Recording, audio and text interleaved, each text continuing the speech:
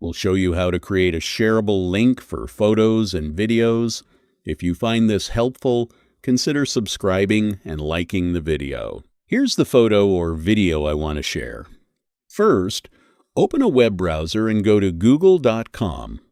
In the top right corner, create a Google account if you do not already have one, or sign in to your existing account. Next, click the Google Apps button in the top right and find Google Drive.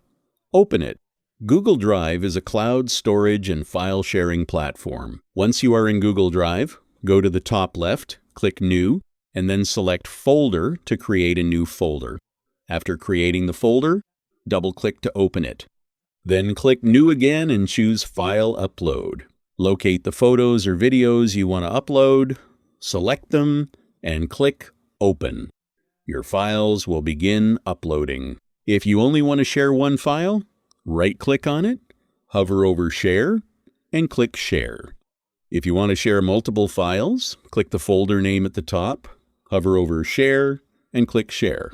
Under General Access, change the setting to Anyone with the link, then click Copy Link and send it to the people you want to share it with. If you found this useful, leave a like.